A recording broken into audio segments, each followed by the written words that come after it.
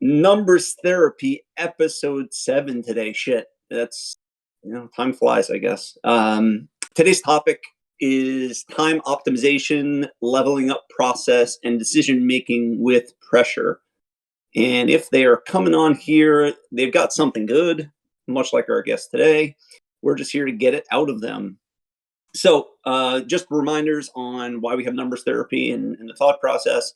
It's to talk through macro stuff and bring on and showcase our experts in here, and more specifically, so that everyone can understand how the big pieces fit together, make better decisions with NFTs and other investments using balanced perspective, learn about or from some of our people in here and get different perspectives in general, and then learn about different areas and opportunities that exist out there as well, and different ways of thinking. So, again, the reminder I give every single time, this topic today is a little bit different, but the reminder I give every single time is there are different levels that we have in here for every single topic, right? So it's really important that for whatever the topic is, that we have everyone along for the full ride. And so, if anybody feels like they're, more beginner on a topic and you have a question, even if it's about the definition of something, please drop it into the guest questions thread that we have, because I really want to make sure that everybody's following the full conversation and can get everything out of it as much as possible. And of course, if you're more advanced and you have advanced questions,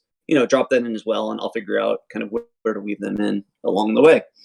And one other important note and disclaimer, which is that none of what you hear in here is financial advice. It's all opinions. So without further ado, our main guy and co-creator of MVH2 VC is here today. So quite literally, without him and his counterpart, we might have not even considered having numbers therapy. We know he hails from New York, where he's a big foodie, I believe, and a diehard New York Football Giants fan. So Please do not hold that against him. In fact, if anything, it means he's quite loyal and has an immense amount of patience. More importantly, though, he is a multifaceted person in regards to projects, Web3 nuance, project analysis, and beyond. And we all know he's keen to help out, teach, and help through development of our community.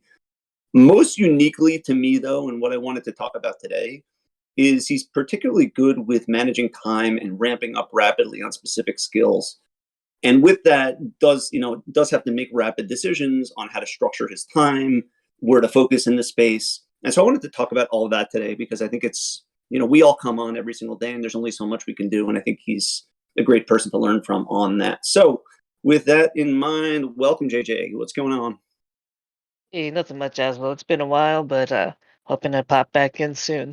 And, Nice. yeah, thanks for So, having me up. yeah, for sure, man. For sure.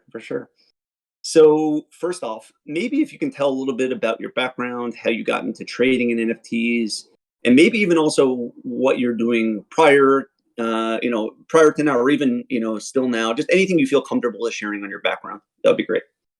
Yeah, sure. Let's see. I have been working in the public sector, specifically federal government, for maybe 7 years now. Jeez, time flies so fast. And before that, I got a degree in chemistry. Did a little bit of grad school. Figured it wasn't for me, and that's when I entered the federal workforce, and it was quite the change.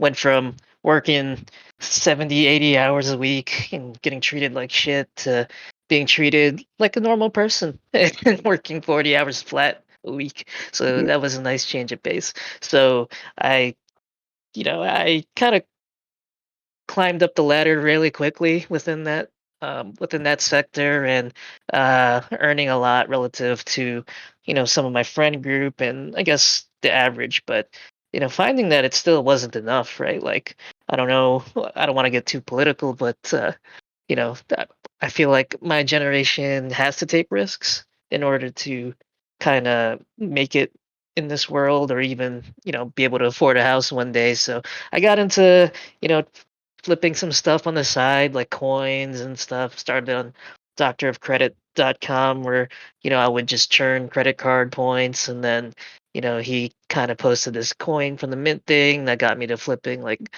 sneakers for a bit. I wasn't really too good at that, but uh, you know, just went ahead and got my reps in through that. And January 2021, the fateful day, was when my friend introduced me to Top Shot, and I immediately fell in love with it. I just went all in on that. And as you all know, it went up quite a bit and then kind of slowly bled over a long time. And I was just stuck, right? I couldn't withdraw.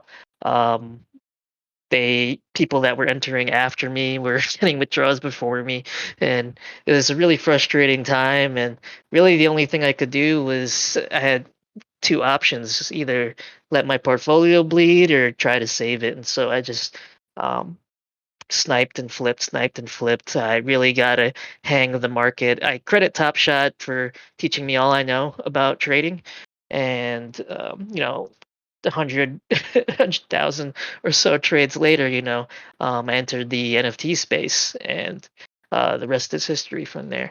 So That's awesome. That's awesome. I mean, yeah, that was a painful period, by the way, of like not withdrawing, yeah. and yet we're still sitting here with Vive unable to withdraw as well, like a year and change later. Oh It's my God. Yeah, I still have like 500 or so in Veeps. So not too crazy. much compared to most, but yeah, still quite a Crazy. bit.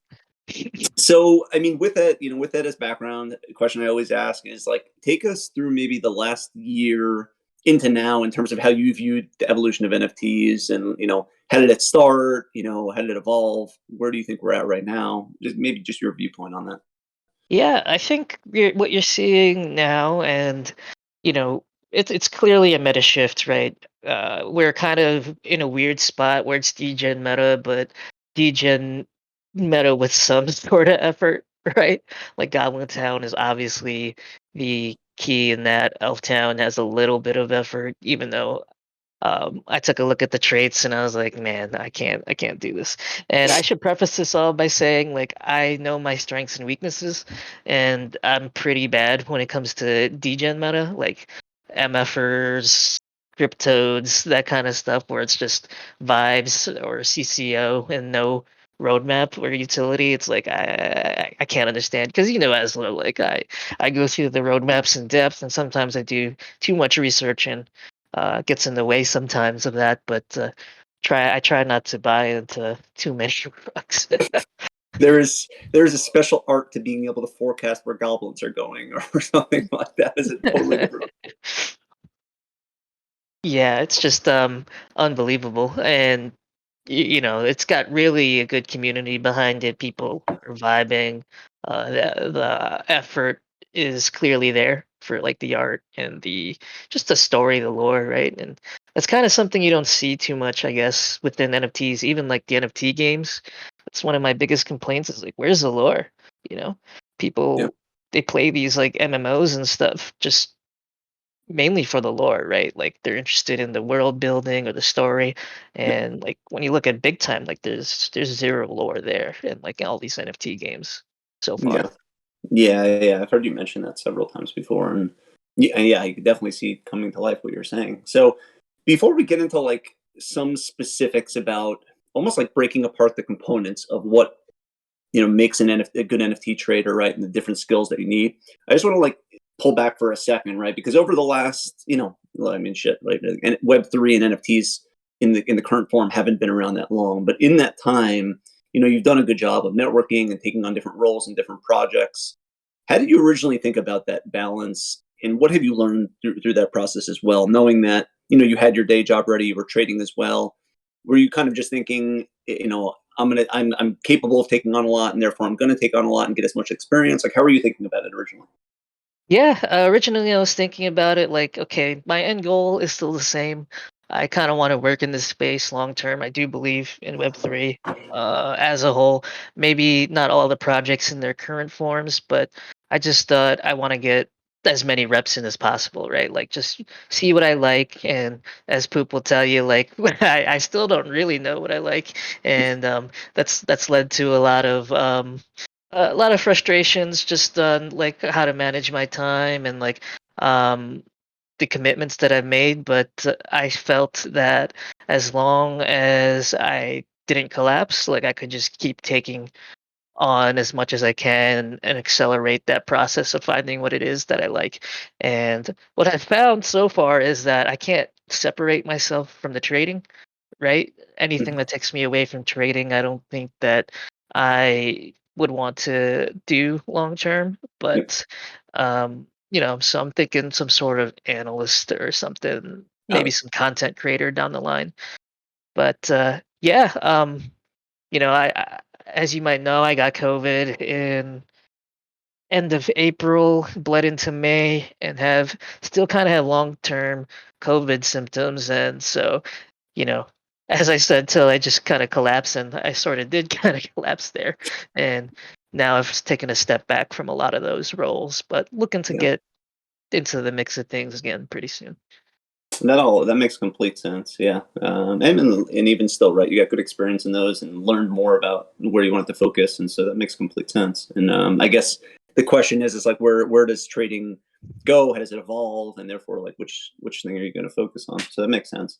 Mhm. Um, so I mean, maybe then in line with that, right? Like pulling back in time. So if you go back to, let's say, maybe it's like May, June, maybe even July of last year, right? Like this NFTs as we know them now, right? ETH-based NFTs and otherwise, they started to evolve into what we know them as, right? So as a result of that, there's like a lot of skills that one has to pick up, right? And two specific skills that I've noticed you paid a particular amount of attention to are, and not limiting it, but just two to focus on: Discord optimization and gas optimization. And I'm just using those as examples, right? Um, just to be able to talk through time management and decision making, things like that with everyone. Um, when you were thinking originally about like, what is it that I need to focus my attention on? I only have so much time, and I need to focus my time and attention on Discord optimization, gas optimization. What was your thought process? Like, how are you picking on a given day or given week or given month where you're allocating your time to, what's most important? And then also, let's just say you had a gap on gas optimization because nobody knew anything, about that going in. How did you go about that? How do you go about ramping up and getting smart on gas optimization? Like, what was your process like? Sure. Yeah, I'll start with the start of that question was how did I decide what to optimize on, and then I'll go into the other part. But just harkening back to the Top Shot days, right? I was looking for any edge that I could get over the field, and for Top Shot, for sniping, it was like you needed a interface that let you see when deals were posted, so that was like live token or Raven or so. And then B, like how do you be better than everyone else at using that information?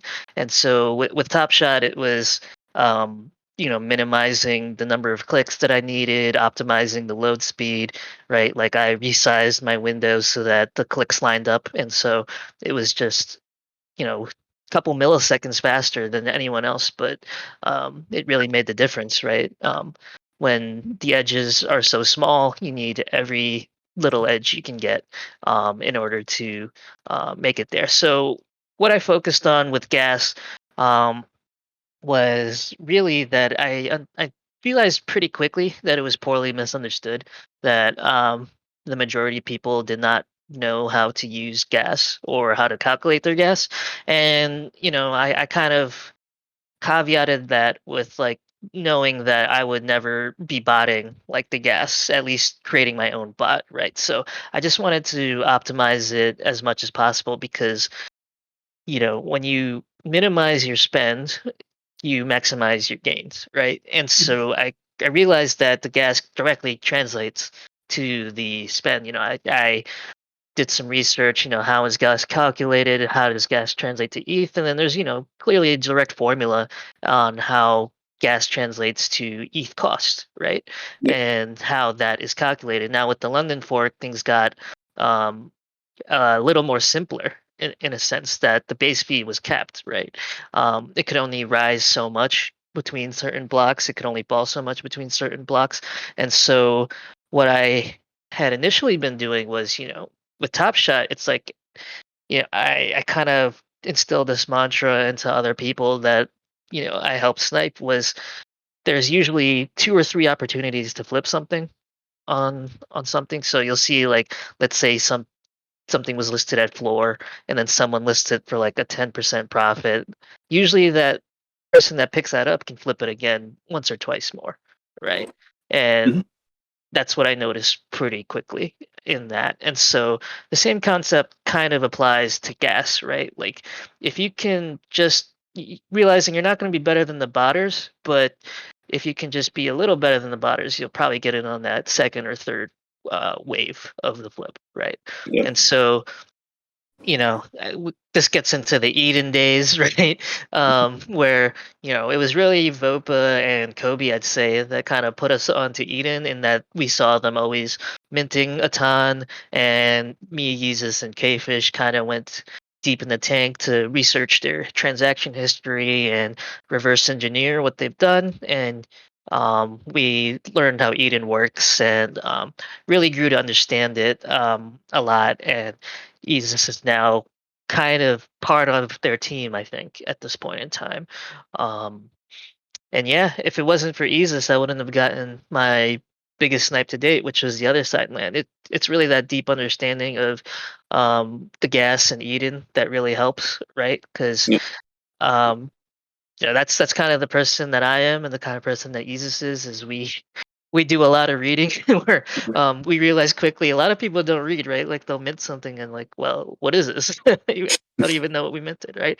Yep. And Rizmi and users will be like, oh yeah, this guy was this and this, right, of this project. And it's a strength and a weakness, right? Because sometimes we'll do that reading and the mint will be out and Yeah. you're like, oh shit, we missed the opportunity. But yeah, so we kind of users kind of put me on it a couple months ago that Eden was going to be good for sniping, and we kind of tested it a bit, and lo and behold, I got my biggest snipe to date. But yeah, so I'll get to the second part of your question. Sorry, that was kind of long-winded for that No, it's great. first part. But how do I decide what to optimize my time? It depends on what the meta is, right? With the allow list meta, um, I wasn't really too focused on Discord optimization prior to that. But with all the allow lists, you're going to be constantly hitting the cap of 200 discords. There was no way to get information quickly, or even go through the information that you already had um, within a reasonable time frame. So really had to focus on how do I solve for that. That was the way, which was optimizing the discords, and creating my sticky note, and having all these dates and allow lists on there. Yeah. That makes sense. I'm almost envisioning as you're talking, right? Like if one were to take time and like take an hour or two, right? You can almost lay out what are the different use cases that exist, right? Like minting versus, buying secondary, versus like various flipping types, whatever. And then like almost laying out from front to back what the process for each of those is like. And as a result, like what skill you need for each part of that process, and where like the biggest pain exists for each part of that process too, right? But the problem with that, of course, even as as analytical as you are, the problem with that is that like the game changes very frequently, right? So it's like soon as you you do that, you might be sitting with like an obsolete thing that's not the meta anymore, right? And so it's a tough balance, it seems like, between those two, and focusing on the right things. Right, um right.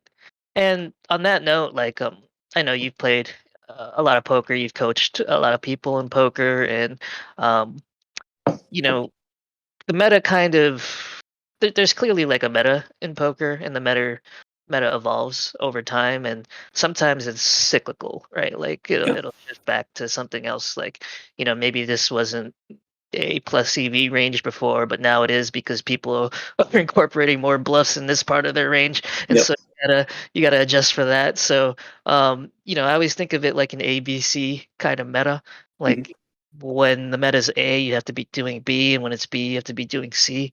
Yep. You'll still be making money doing B in a B meta, but you'll be making more if you're doing C, right? So the tough part is always getting ahead of those trends and figuring them out before everybody else does. Yeah. That makes sense. I mean, by the way, to draw a parallel here for anybody who doesn't come from poker at all, I think part of what JJ's saying, and interrupt me, JJ, if I'm off here, but I think part of what you're saying too is there's kind of foundational skills that you're going to need regardless, right? And even though the meta Hmm. change may change fast over time, those skills are still going to wind up being useful anyway, and it's worth spending the time on them. Is I think the short of what you're saying too. Is that right? Right, right. Yeah. Cool. Speaking of Isis, he did chime in with a question. I do secretly think that Isis is the owner slash lead dev on Eden for whatever it's worth. Um, But he asked, from all of the roles that you've taken, up to date in the last 6 months, year, and all the exposure you have, how is that framed, if at all, your next phase of trading? Is there anything? I guess the question is there anything you learned from having those roles that a little bit changes your perspective or perception of like how to optimize trading? Yeah, I really see it more, qualitative is always going to be king for the short term. And, what I was trying to do with Origins was trying to quantify, is there a way to make this more data driven? And, there's ways to kind of rely on data to give you more of a signal, I guess, in certain directions. But what I've kind of learned from that, and maybe it's obvious, but um, it really is that qualitative is still going to be king for quite a bit, right? The analytical tools are way behind, compared to other sectors like poker, for example, or stock trading, stuff like that. So I really think that just having a good gut feeling on things, Mm. for lack of a better term, is going to be the best thing. And your network, of course, um, just knowing what people like and kind of having that eye for things, which is just our gut telling us what's good and what's not based on all the calculations we do in our head. Yep. So um, I was hoping for something more out of that, but that's kind of what my takeaway was, is that we're still maybe a couple a couple months, if not like a year, away from any good analytical tool that helps you make a decision Yeah. in terms of buying. So um, that's really the key takeaway, I'd say. And that just from a personal perspective, like I enjoy the community building more than anything when it comes to these jobs, and Yeah. being in this space. Like that's what it's about to me, is the community and the people. And you'll hear me say that all the time, like um, it's always about the people, right? Yeah. And that's I, strong believer in that. and I think with you having seen that, it sounds like from some projects, you probably have an even better pulse on what is the composition of a really good community too, right? So it probably helps Mhm. you analyze well too. I'm going to just flag one thing, by the way, because something you did mention in there too is the power of network. I see he is on here, so I'm just going to call it out. Old Mitch, when you're going to be on in a few weeks, that's part of what we're going to be talking about is network and power of network and all that good stuff. So upcoming teaser for for something we have coming up. So um, at the current point, right? Like knowing that the meta changes, knowing where we're at, all those good things. How do you tend to structure your weeks or your days? Like how much of it, or even months, like how much of it is with a bit of a plan in terms of how you're going to plan your time or allocate your time, and how much of it is maybe learning or developing things, and how much of it is flexible, knowing that meta does change frequently.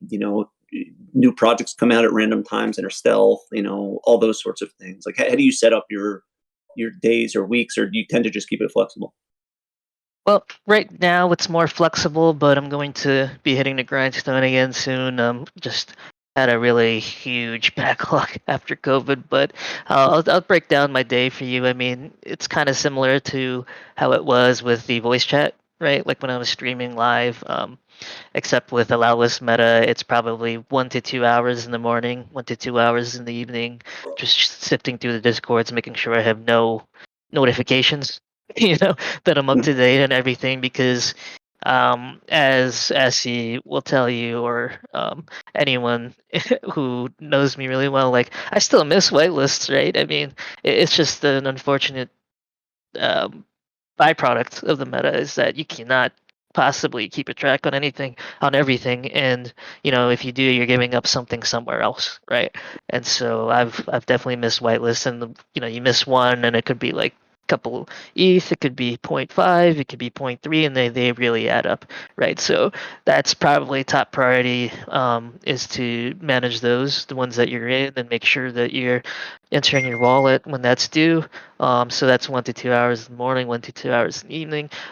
Throughout the day, I'm always watching OpenSea activity. I'm watching Moby, NFT nerds, all those stuffs. Twitter, TweetDeck, blah blah blah, trying to get a pulse on the market, right?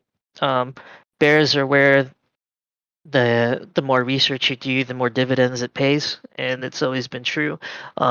It's a great time to do deep dives. Again, I always say that my favorite thing to do, especially if you're new to the space, is watching OpenSea activity, just sales, right? And I used to leave off Polygon, but now I leave Polygon on, and if I notice anything that catches my eye, I'll just do some digging into it, maybe try to catch some trends early or find some projects that I might have overlooked.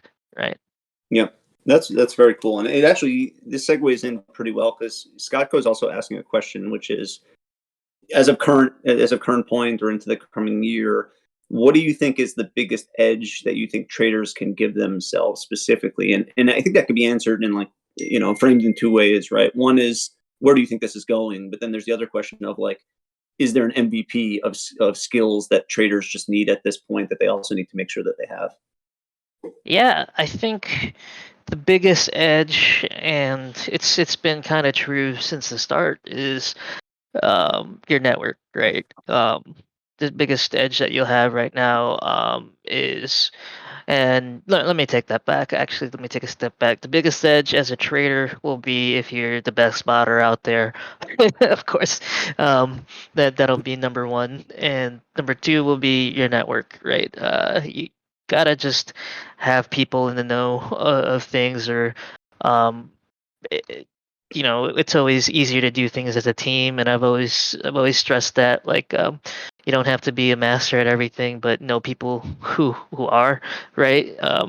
So you find the next big thing before others do, or just where people have blind spots on, right.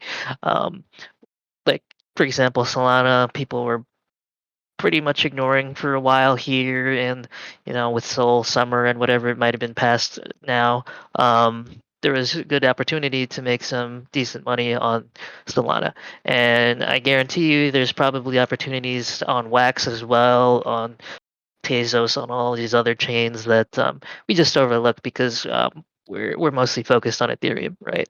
And then I think the third biggest edge is always the amount of effort you put in, right? And that's kind of cliche, but it's true. Like, I'll give you an example. If you think something is not going to be worth doing, it probably means that 90% of all the other traders are thinking the same way, and then it becomes worth doing. Like, for example, Yeah. with Critter Worlds, right? You could buy a block and mint a land, and it was plus EV for maybe about 2 or 3 hours, and it was really not that complicated, but it was enough to deter a lot of people from doing, right? Because it was 4 steps, right? You got to swap, you have to find a plot that wasn't picked, you got to pick that plot and then mint it, and then you gotta like list it for sale, right? So it was a lot of steps. It wasn't something that you could automate, and there would be things like that time and time again. That Yeah, that makes sense. So kind of looking for arbitrage in places that there's a little bit of friction or something just like a little bit messy, which can therefore make it a better outcome possibly. right, Just and yeah, and that kind of lesson I learned from daily fantasy in terms of leverage over the field, right? So there's two ways to make money in a bull, right?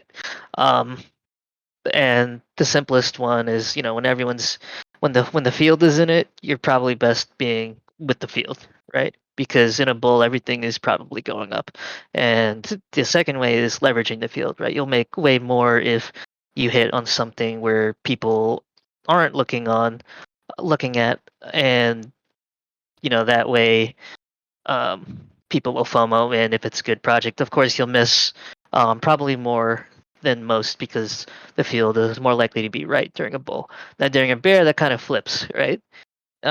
If you're with the field, you're probably losing money, right? If you're minting what everyone is minting, unless it's a gas war, of course. But even then, like, there's if you go back to my gas class, there's the market rate of gas. And so if you're paying that, you're probably losing unless you think that it's a good project in the long run. So, and then maybe in that way, you're kind of taking leverage against the field, right? Because people most of them probably want to flip out of it. And so during a bear, you just try to find those hidden gems or those projects where people aren't so keen on, or maybe something that is, you know, maybe there's some FUD on it and you think the FUD isn't that legitimate, and that gives you leverage over them, because if it does hit, even if it's like at a 20% clip or something like that, you've gotten so much leverage over them that if it does pump 1 out of 5 times, you'll probably be coming out ahead.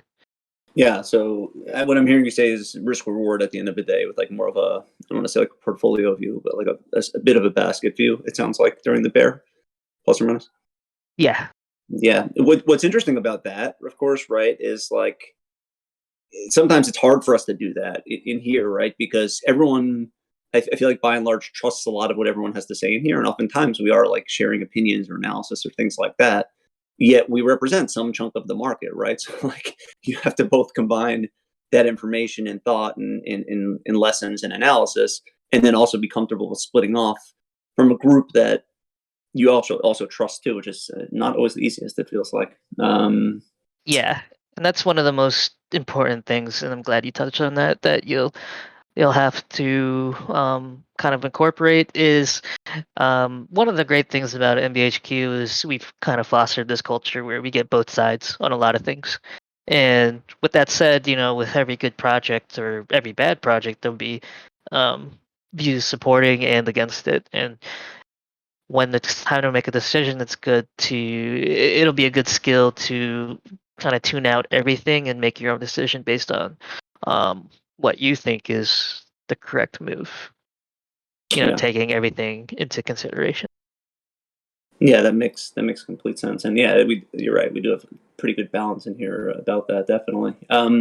Let's let's talk about something it's a little bit out there, and we'll kind of have to talk it through to some extent. Let's talk about like distractions, but then also conviction to some extent, right? So just to kind of frame it, every day we kind of come on, and maybe we have an agenda in terms of how we want to spend our time, or maybe it's an agenda with some flexibility, and we're working on something, we're doing something, we're trading, whatever we're doing, and then some stealthman comes up, basically, right? You want to talk through like what's your thought process there as to again, it has to be probably pretty instant, right? A pretty instant decision, especially if it was something not on your radar. What's your thought process of, do I drop all of my shit right now and turn my attention to the stealth mint? Do I go into kind of monitor and view mode and take a mid range approach, right? Which is, I may not just jump on blindly, but I also definitely do want to pay attention. Like, how do you tend to think about these kind of stealth, random opportunities that come up?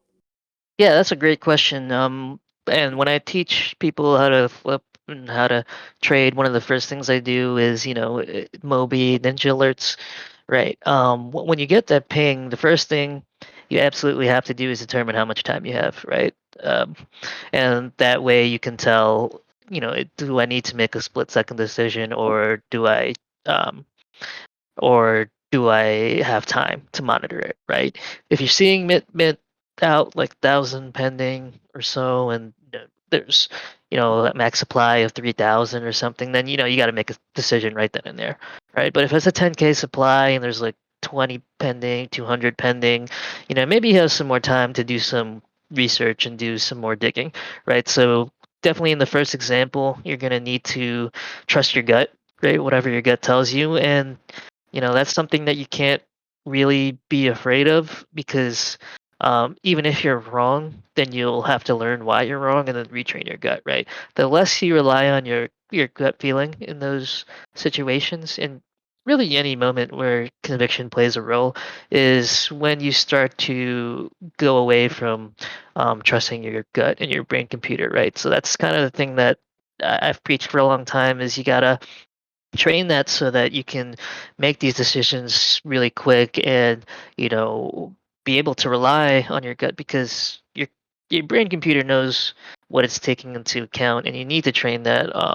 You can probably make some bad plays and then feel bad about it afterwards, but in the end, it's about getting those reps in and that education, and so With all that said, yeah, so that's kind of what I do is I go in and I first determine how much time is needed. I check the mint history just to make sure that it's not like a rug, like people didn't get drained of all their ETH, and then that's when I make a decision, right? And it's a lot easier when you see a lot of people that you're following while it's on going in on it, because then um, based on who you categorize as what, you can tell that they did research on it or not. Like, for example, if I see Yeezus minting something, I know he did a shit ton more research than if, like, let's say, Sneaky minted something, right? Like, just plain and simple, like 100% of the time. Like, Yeah. he's gonna have done what, 100% more research. And then if I see Grape going in hard on something, right? Like, I know Grape has one of the best gut feelings in the space, right? And so I know that that's a very strong signal for me. And Yeah. he'll be wrong some of the times, but he'll be right more often than he's wrong.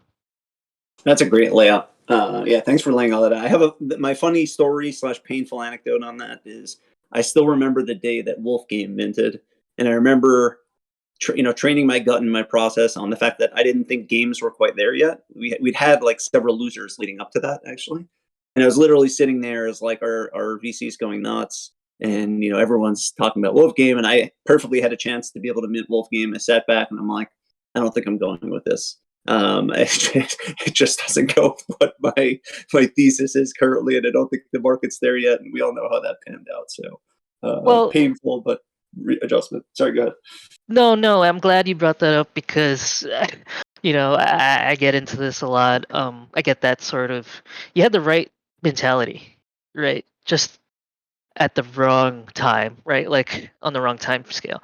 Like, yes, and I've fallen victim to that myself, and it helps to take a step back to understand why, right? Like, because these these kind of things definitely hit more the more novel they are, right? And Wolf Game had that sort of novelness to it, and I think it's safe to say that over time, Wolf Game has proven that the game meta is not really a thing, right? Like you were right in the end. It's just we gotta, and something that I'm working on too is we gotta put into time frames like what what w- where these kind of predictions fall in, like Yeah. um and that's kind of example where were we in a bull or a bear during that time? I think it was bull, or kind of neutral, right? It was kind I of think it right was neutral. before. Yeah.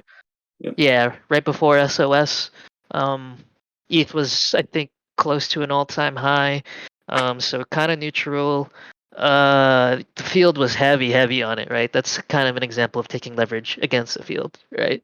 And so when you're wrong, you're when you're wrong and it's kind of like bull neutral, it hurts. And Yeah.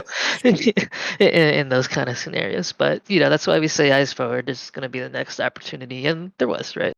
For sure. For sure. That next opportunity was Wizards and Dragons, which almost panned out. But I digress. Um, So, I mean, with that in mind, right?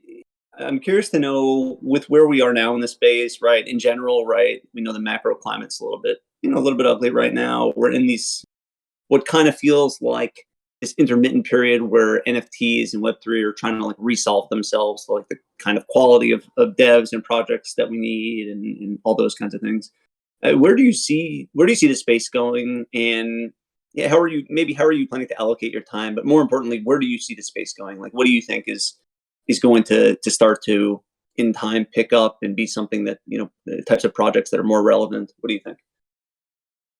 Yeah, I think you know that's a good question. I think it's going to follow the macro market, of course, right? Like, Mhm.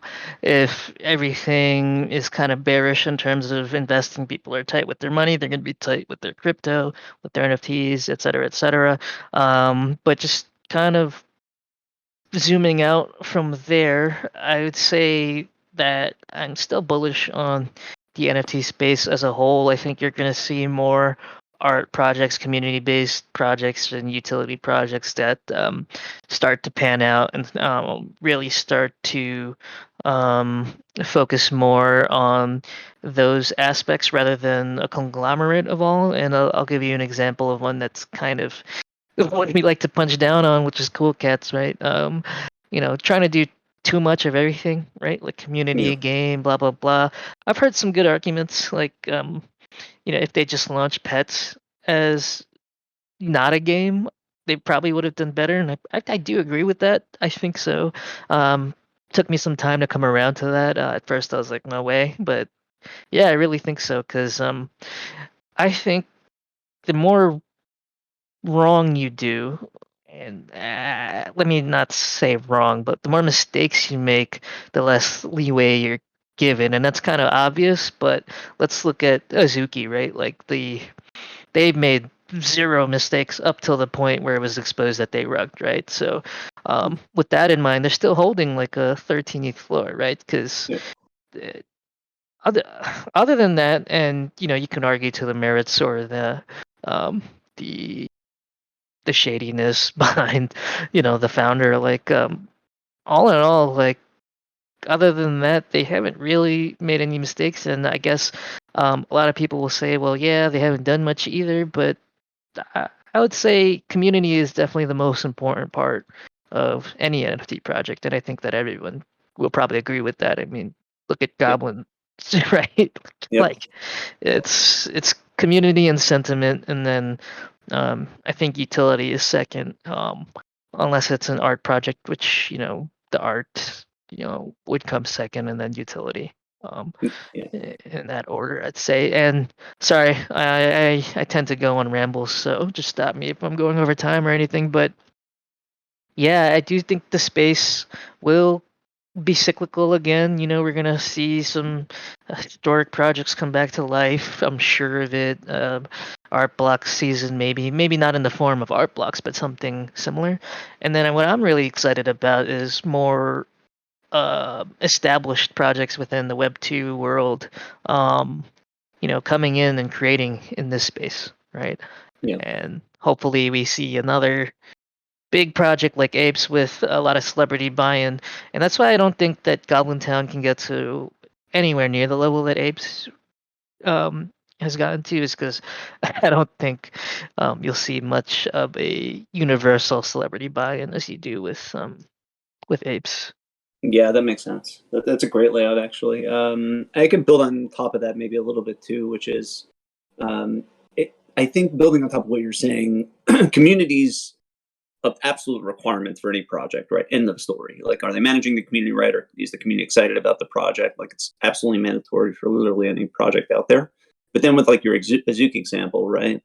I guess the lens that I've looked at these projects is what are the core competencies of the team, and are they staying? Not that creativity can't be good, but are they staying within that lane? Period. End of story. And with the Azuki, they were the team that kind of had that design background, right? Coming from, I think, I forget which place it was, which I think it was a gaming studio or something, but they're designers at the core, and consequently, right, they built a brand that has really cool design that is trying to segue into streetwear. That all makes sense, right? Like, it's all stuff that they can do and doesn't go into this nutty land of other things that they're just not skilled at necessarily. So, just building on top of what you're saying, we have a few questions flying in here, by the way. Let's kind of go. Let me just see right here.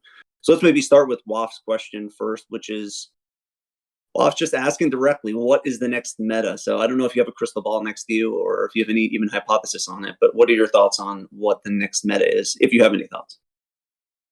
Wow. Well, I definitely did not think it was going to be DGen meta. So let me try to guess the next one. I don't think it's going to be games.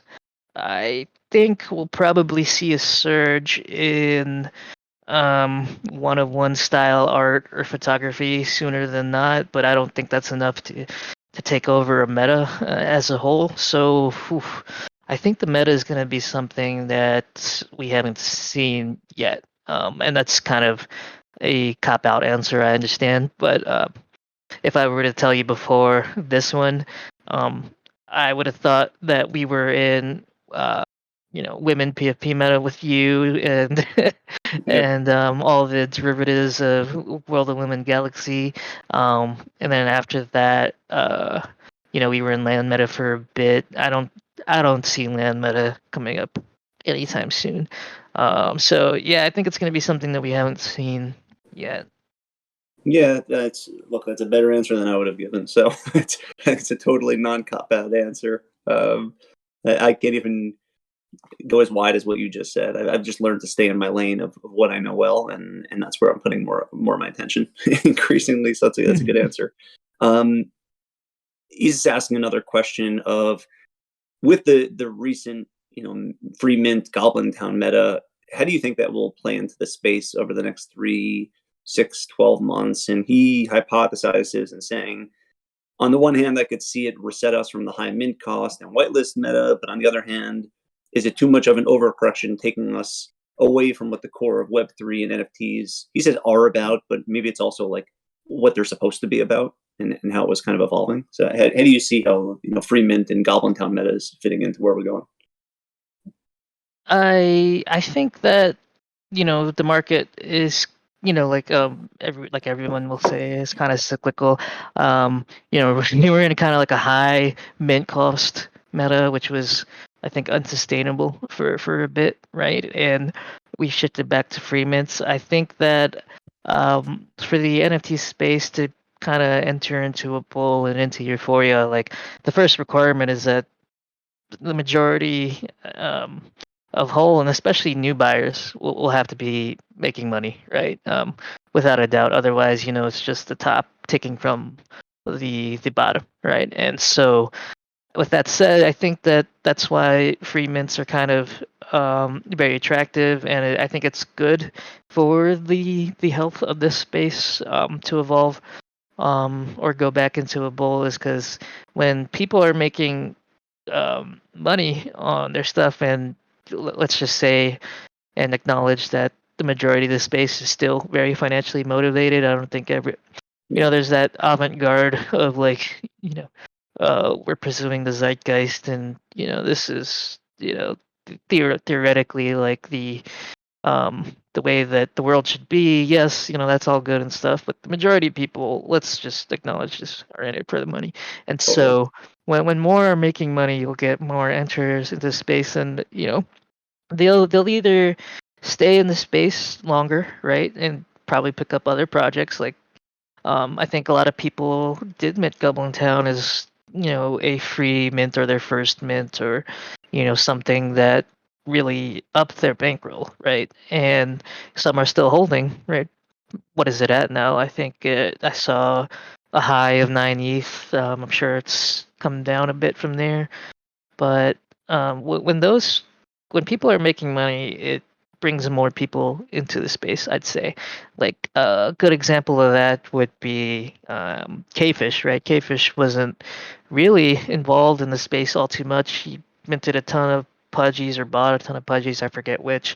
They made a bunch of money on that and decided to explore the space more, and lo and behold, he's one of the bigger builders in the space now, right? And so you'll see a lot more staying power when people are making money, and conversely, when people are losing money on like a big project, like let's say other deeds, right? Like you got your mom or your dad or your cousin, your brother, and then let's say they held until now, and they're down on their investment. Like, why the fuck would they want to look at anything else, right? Yeah. Seems like all a big scam.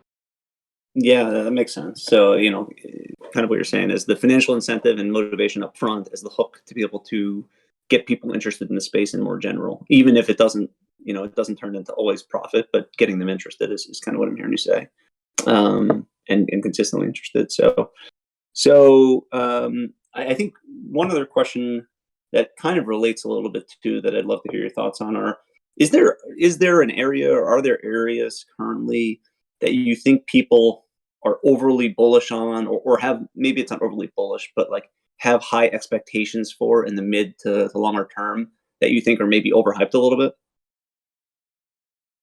That's a good question. Let me just take a look at the top projects, right? Let's Yeah, yeah. I see think what's I'll fill time in the meantime, which is, I think gaming's maybe that ship has a little bit sailed and dude. adjusted for the meantime. Uh, let me tell you. I mean, gaming, I used to be gaming maxi, right? Blockchain gaming maxi, and then after I played big time, my experiences with a couple of these games, I still think we're 1 or 2 years away from blockchain games being a real big thing, and I'm kind of questioning if it's going to be as big a thing as I think it is. I still think the ones that are mobile will be good, right? Or the ones with microtransactions or that are ultimately cheap, right? But like something like Big Time, like I played that. It was pretty fun, I'd say, for a minute, but like I take a step back, I look at what else is on the market. Like, why would somebody play that over WoW? I just don't see it, right? There's no lore, and I don't think that they plan on building lore anytime soon. Whenever I ask them the question, they just kind of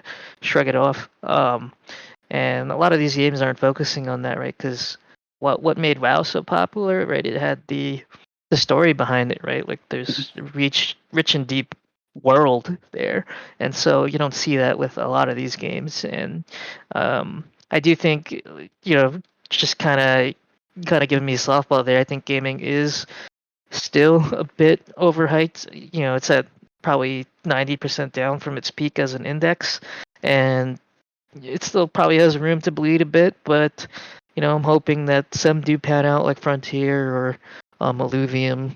We'll see what happens from there. Gilded Guardians, I think, will be good. Whatever game builds gacha into a good one, a good mobile game.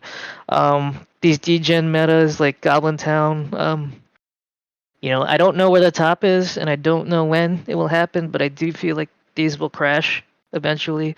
We've seen it with every CCO or degen, meta cryptodes. Um, what else is the other one? MFers. There's a bunch of other ones that I know, so I think those are overhyped. But it could still have room from here. That's why it's not one of my strengths, right? Yeah. Let's see. I think land. I think people are realizing land is overhyped. I'm not Yep. sure if it's overhyped anymore, but like other deeds, like I just the math doesn't work out for me. Like Yeah. looking at the other games on the market, like do they have the best chance of success for relative to the market? Yes, of course, right? If anyone's gonna make it, it's probably gonna be other deeds in terms of a metaverse, but relative to the other games out there, I don't see it, you know. And I'm happy to be wrong, right? And buy back in later. But yeah, things. And if you don't mind me kind of deviating from there, like things I think that are underhyped are those things that are constantly providing utility, right?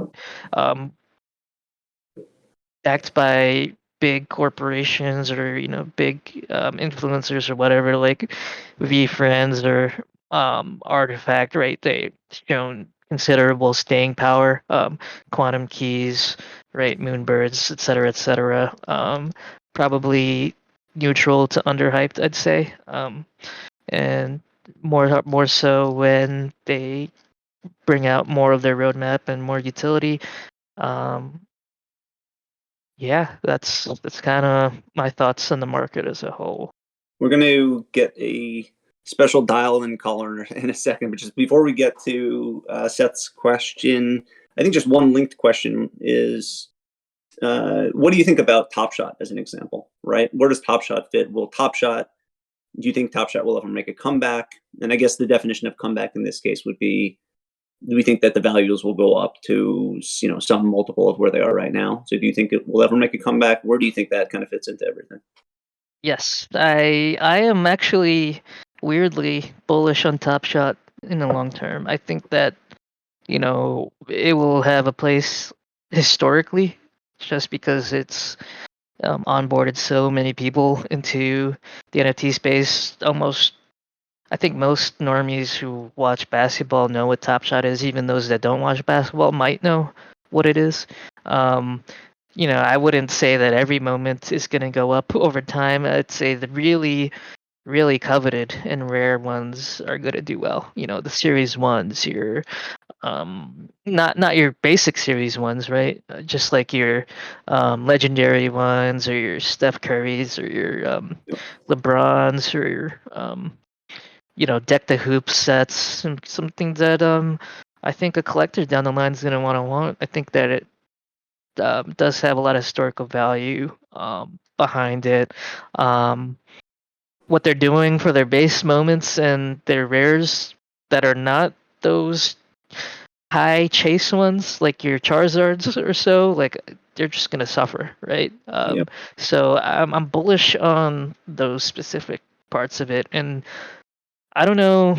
I haven't read too much into Top Shot lately, but I've seen that they've been giving people with collector scores like seats to games and stuff. So I do think that they're going to eventually reward their collectors somehow in some way. Hmm. Yeah, that makes sense. That makes sense. Seth, you want to hop on? And I think you have a question.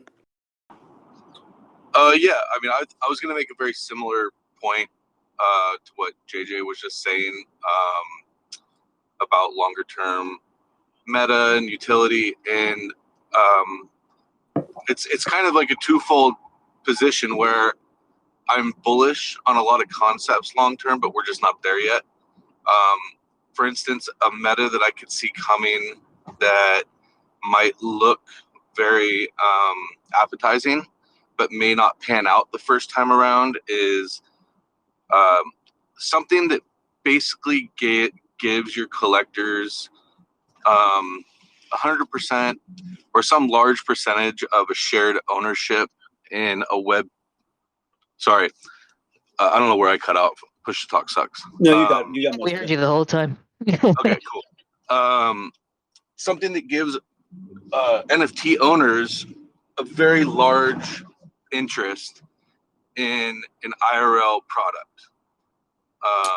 And I think something like that is kind of far out in our distance, like as much as gaming, like figuring out the way to make it work properly. But I guess what I'm getting at is something that shows that a project is willing to separate themselves from a big chunk of their profits in order to make the utility that strong, right? Yep. Like, I was really disappointed with Cool Cats announcing this plushie thing because I had such, I thought, was great ideas for how they could share those profits with Cool Cat owners.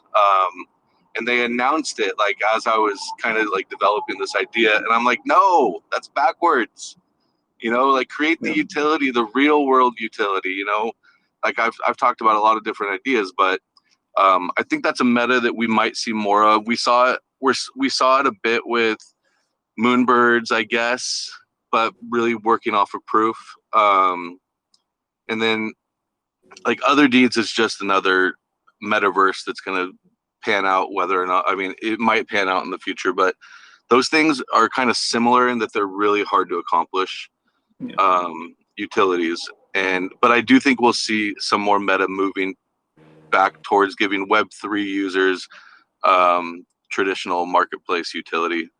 And something I would look forward to, because I think that's somewhere that we need to evolve this space so we're not just recycling each other's ETH back and forth. But yeah, that's interesting. I think what's also interesting about that, right, is I feel like, and JJ, definitely chime in, but I feel like we're in this space, and I just want to call it, I'm not an attorney. That's not my background. But I do feel like we're in this like ambiguous space right now that's maybe evolving a little bit where people are, myself included, sometimes too, like unclear on what owning the NFT actually gives you ownership to in some cases, or what it could mean, or we're even playing with a moving target because we don't know where securities law is going to fit in, or what regulatory policy is going to fit in, or how that's all going to fit together. And so it leads to this like ambiguous situation where I don't know what I own exactly or what I have rights to at some point beyond the use cases that have been tested, like using your Bored Ape for a fast food restaurant or something like that. And so it feels like that probably also needs to evolve a good amount too to be able to get the crossover, part of the crossover that you were talking about too, Seth. And I don't love the ambiguous territory that it's in right now, but what do you think, JJ? Yeah. First of all, it's good to hear you, Seth. Missed you, buddy. yes, sir. Secondly, yeah. I think what something that Seth said that's kind of sticking with me is that and I think it's true, is that metas, they might not succeed the first time around, and you might not notice it. Um, that it happened before the second time it comes around, right? Like with Azuki, like there's an anime meta, but that tried to come with Oni, but didn't actually have much staying power, and so the second time around, it kind of lasted and burned off all these or spurred all these like spin-offs like Miri and the like. But yeah, I think going back to what I'm most bullish on in the space, it was gaming, in real life utility, something that bridges the physical and digital world, and then three like art, just art in general. And so I do think that you're gonna see more of those, and they'll be kind of high risk, high reward, I'd say, right? Because you might not get in when the timing is right, or it might be too early. Like Link's DAO, I think, is a great idea. I still think it's way too early. You're gonna see it with Ivinco Winery DAO too from Wizard of Soho. I'm still probably gonna mint and see what happens, but are any of these kind of things going to last? And I think the answer is the ones that will do well will be the ones that kind of have the capital behind it, or the strategic ops and planning behind it, like V Friends, for example. It's kind of that example, right, Seth? In a way, not exactly, but like you get access to VCon for 3 years, some real world utility for your asset, and then Fly Fish Club. So things like that, I think, will be huge in the longer term. It's just a question of when, and when the timing's always hard to get right. Yep.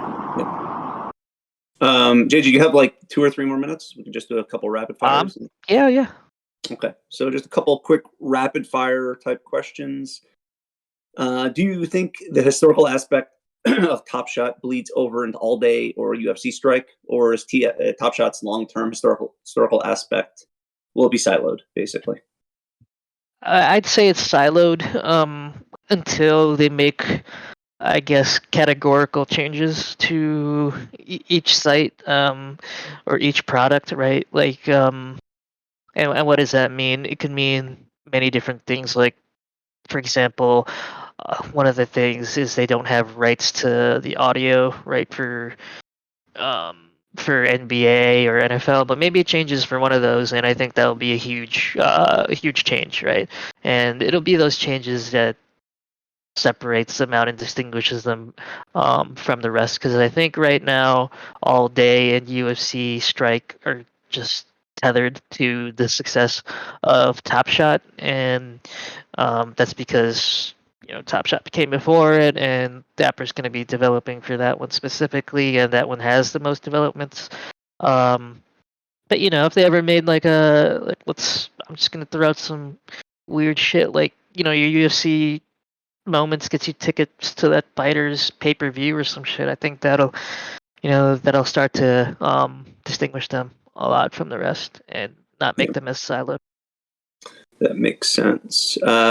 What is your favorite all-time NFT, and why is it Ghost? So I guess, what's your second favorite NFT? Or just don't answer the question either way. Well, it's Ghost. Right. I'll answer that real quick, and then I'll go into my second favorite. Yeah, of course it's Ghosts. I mean, back when I was stuck with all my money in Top Shot, I stumbled across Ghosts actually, when it was like a couple $100, and I don't know, it just spoke to me, man.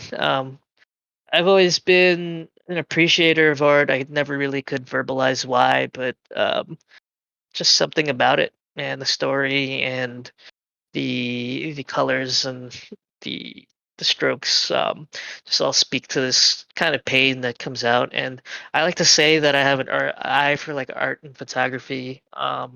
So something about it clearly went right. I almost bought them, but I couldn't afford it at that time. I had you know all my money locked in the Top Shot, and like when I say all my money, like I took out a loan to play Top Shot, and I was living paycheck to paycheck, uh, just to pay like my rent and stuff. And so Yeah, that's always been my favorite. My second favorite, definitely not Neo Tokyo because that shit's down in the gutter. But let's see what I got. Can I say MBHQ key? That's kind of a cop out. Oh, I won't say You can MBHQ. say it, and it is a cop out, but Well, that is my second favorite, but doesn't let's make it let's not true, by the way. yeah. Shit. Let me look at what I got. I guess it can't be that close to my favorite if I got to think about it too I was much. gonna say, I think that's the answer right there. It's fluid. Your Yeah, third favorite is ETH in general, whatever vehicle that takes.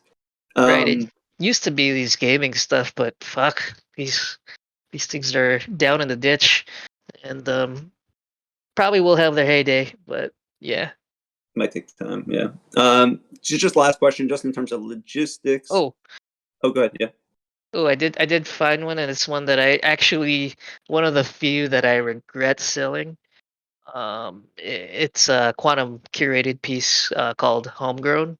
Uh, The one that I had was just I just loved it, and I got a good profit from it, so I'm not complaining at all. But like um if I could go back and do it again, I probably would have held on to that one. Just and I'll post it in the chat just because I really like that one. yeah, I'm curious now to see for sure. Um, just last question, JJ. EQ's asking, where can people go to learn more about gas mechanics and conversions? So I know we have, your gas class in here, and I think there's maybe even one or two others. Any other resources that you'd point people to for gas mechanics and conversions? Yeah, I'm actually in the process of writing a guide for Skiddly's A list, and that'll have like what is it called? Like an embargo on reposting for a bit. But I do plan on reposting it in here and in other places on my own kind of platforms.